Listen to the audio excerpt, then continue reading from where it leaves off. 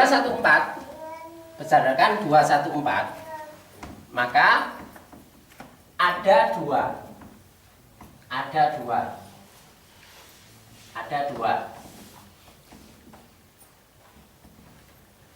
pandangan atau jalan.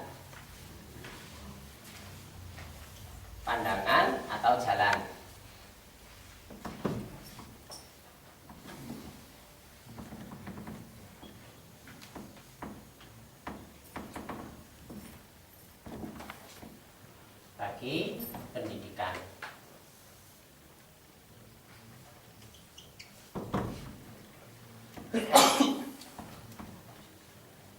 Pandangan itu nadroh.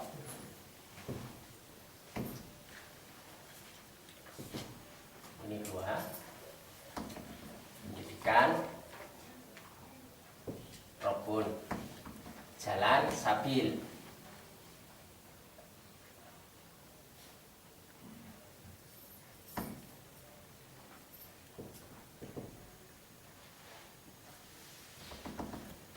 Dua.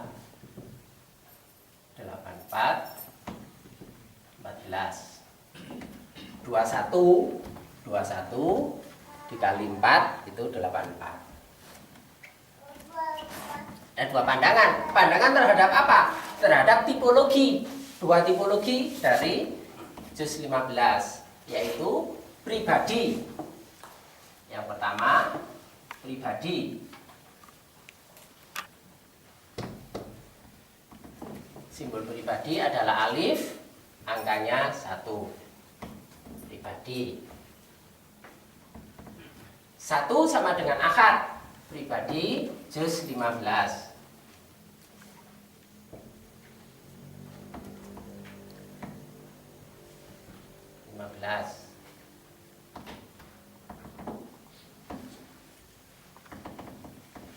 Yang terselimuti.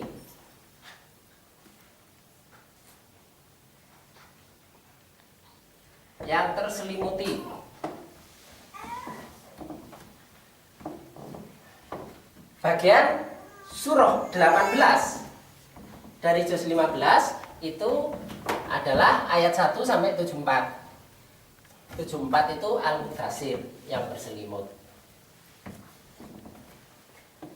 Sedangkan ini tadi A, Tina, ini 2 alif. Alif maksurah itu 2 alif. 1 alif 44. 44 dikali 2 berarti 88. Sedangkan ini 1, jumlahnya 89. 89 itu adalah nilai kata al-mudaththir.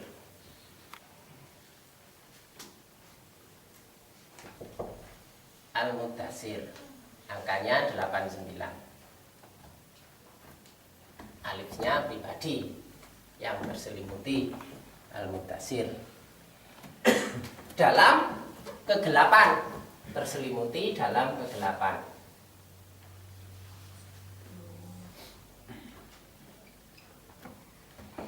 Kegelapan itu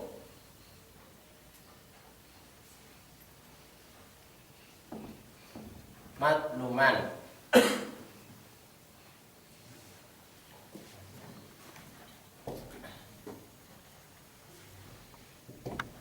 Angkanya 89.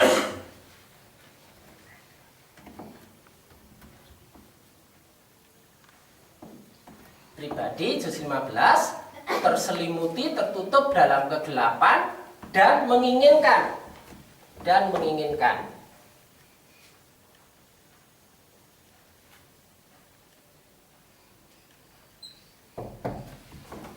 Bahasa teknis psikologinya disebut terobsesi. Menginginkan, terobsesi itu aroda. 20. Keinginan. Dari mana 20? Karena 15 ini ya 20. 15 ini sama dengan 20. Karena 20 titiknya adalah 13.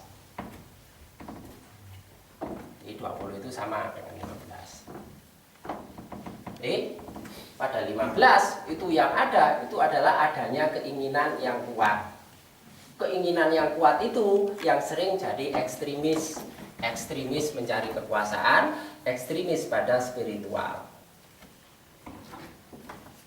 Yang sering terjadi putus asa di sini, mencari kesenangan dunia, kekuasaan, terus rasanya saya nggak cocok.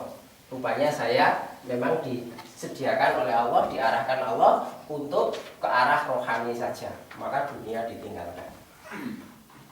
Ada yang kasusnya seperti itu. Ceritanya usaha gagal terus. Usaha gagal terus mau lari dan meninggalkan dunia. Keinginan akan keperkasaan, menginginkan keperkasaan.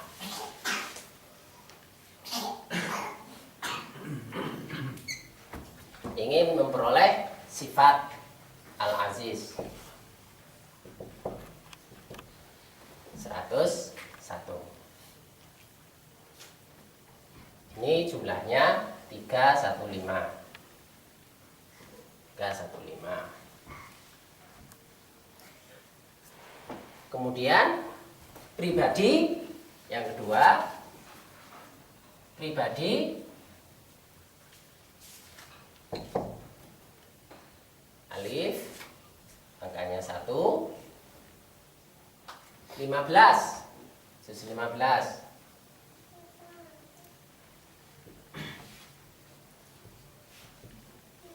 angkanya 15 yang terbuka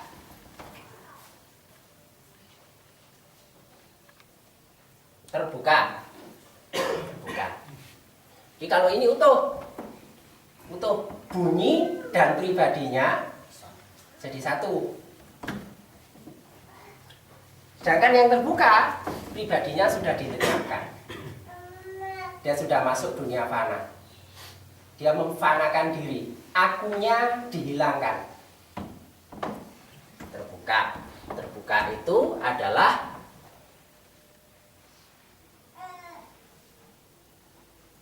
mufattahah atau kasyifah. Jadi ada dua kata.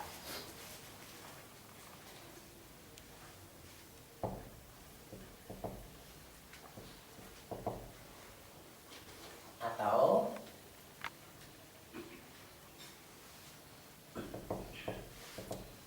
kasaf, kasifah. Ini 88. Jadi tidak 89. Akunya dibuang, tinggal 88-nya. Jadi diri pribadinya itu sudah lebur pada Quran. Dia sudah fana dalam celupan Quran, dalam sibuk Quran. Nah, itu secara diri pribadi ia akan terbuka. Dan dia punya kemampuan untuk menyingkap rahasia. Kasaf disebut sebagai orang yang kasaf. Jadi terbukanya itu dua jurusan, dari sikap pribadi maupun kemampuan untuk menyingkap yang ada di luar diri.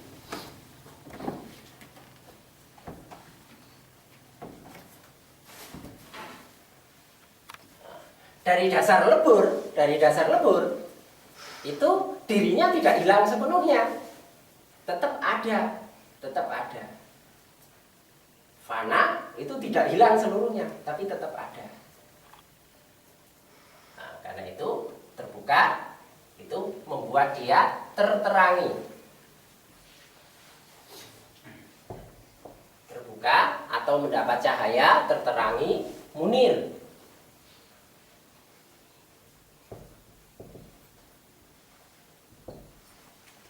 Jadi yang namanya pribadi fana itu keadaannya tidak seperti ini, tapi sudah seperti ini.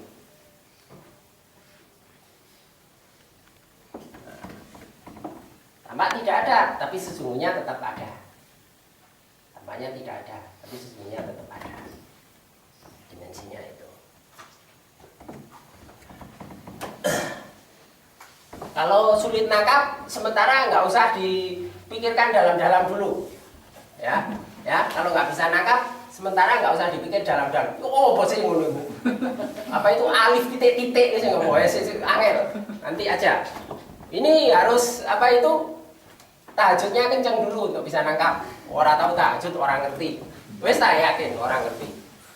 Pomene subuh sih rembes ini ora iso. Ya. Ya, ukurannya tahajud ini. Tahajudnya bener.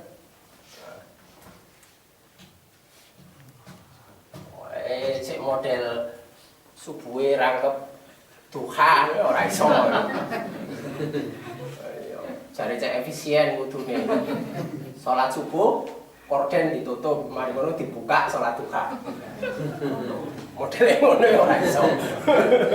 GC. Ya. Amin. Terangi dan menginginkan angkanya berapa itu Munir? Munir 89. Ya. Ini Munir.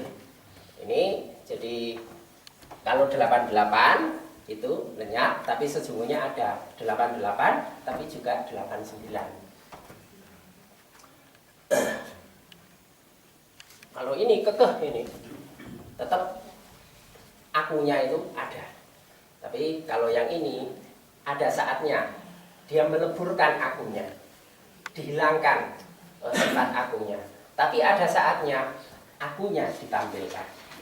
Itu sesuai keadaan. Itulah kebijaksanaan dia. Kapan aku dimunculkan, kapan aku disembunyikan. Dia luas di situ. Menginginkan kebijaksanaan.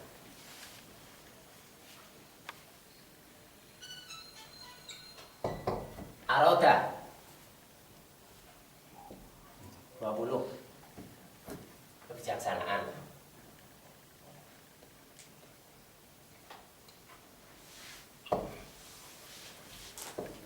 Ketika dia memperoleh ilmu hikmah 113. Nah, yang ini jumlahnya 326.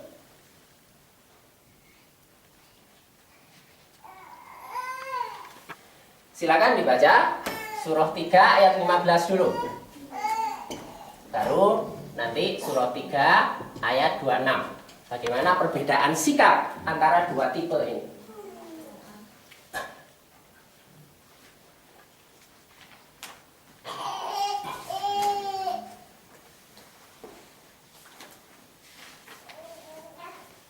Ali Imran ayat 15.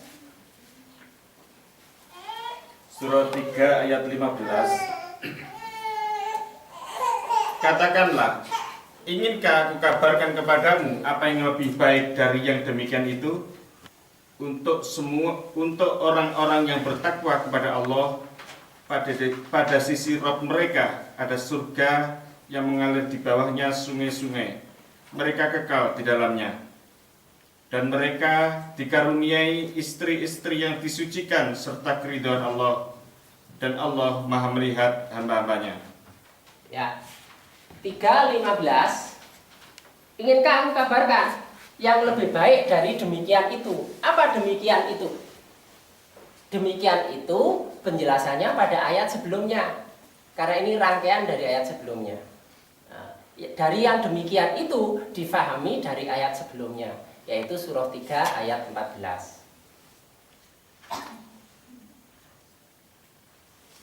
Ya, surah 3 ayat 14. Surah 3 ayat 14.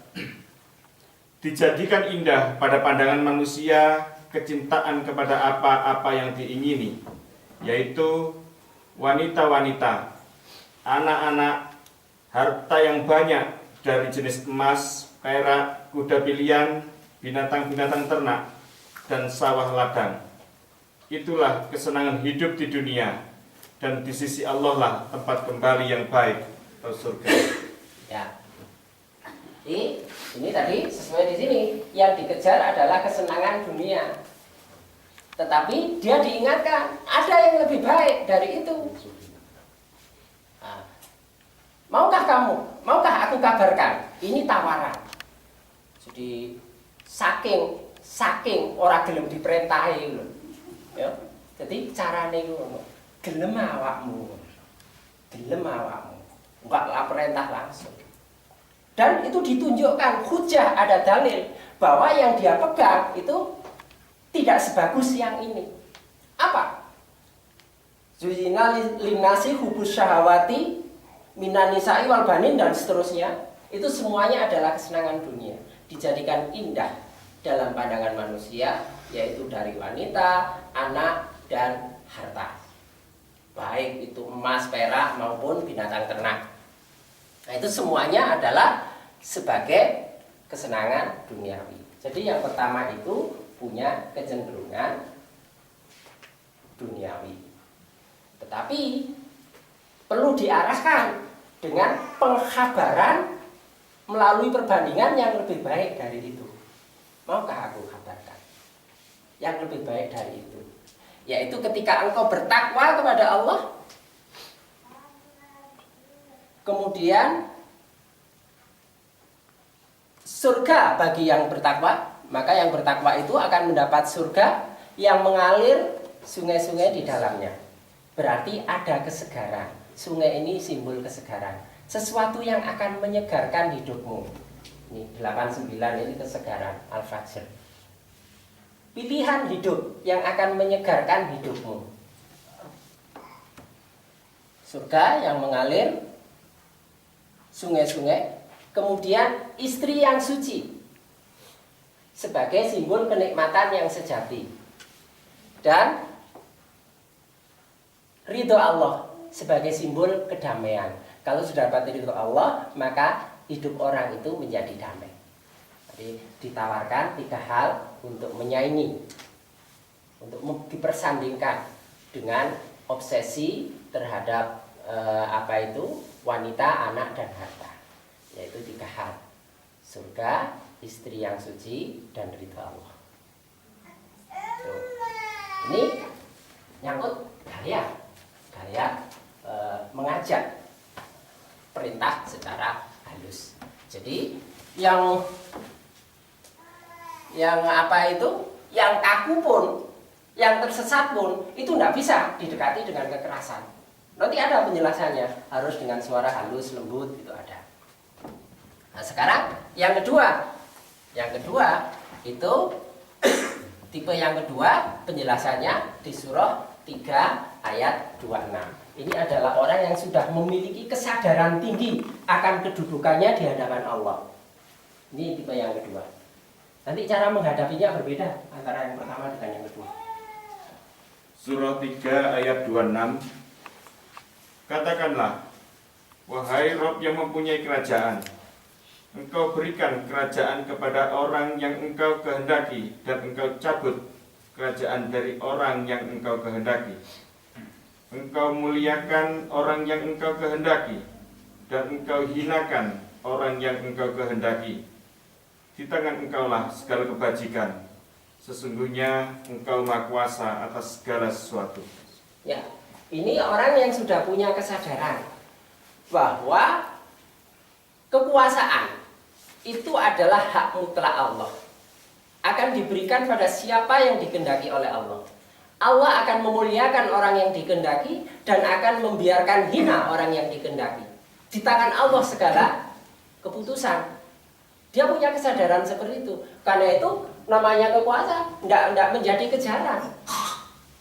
Dia lebih mengutamakan ketaatan. Kalau memang diberikan Allah, itu hak mutlak Allah, Allah memberikan. Dia akan menerima dengan mensyukuri. Kalau dicabut darinya, itu pun hak mutlak Allah, karena dia menempatkan diri, saya hanya sebagai seorang hamba. Nah, sifatnya itu. Jadi kekuasaan itu tidak menjadi kejaran, tapi bisa jadi dia mendapat karunia kekuasaan. Seperti contohnya Nabi Daud. Dari kekuasaannya diperoleh. Keperkasaan, kekuasaan, wilayah, kerajaan, semuanya diperoleh. Tidak mengejar, tapi mengutamakan ketaatan kepada Allah. Itu kesadarannya. Jadi tipe pertama itu memberikan harapan. Tipe pertama itu komunikasi dengan memberikan harapan. Tipe yang kedua itu nanti dengan menggembirakan, mengukuhkan dan mengembirakan. Itu model komunikasi yang harus dikembangkan pada JIS 15. Oke, sampai sini. Ini pengertian pertama. Nah, terus untuk menghadapi keduanya ini, maka apa yang harus dilakukan?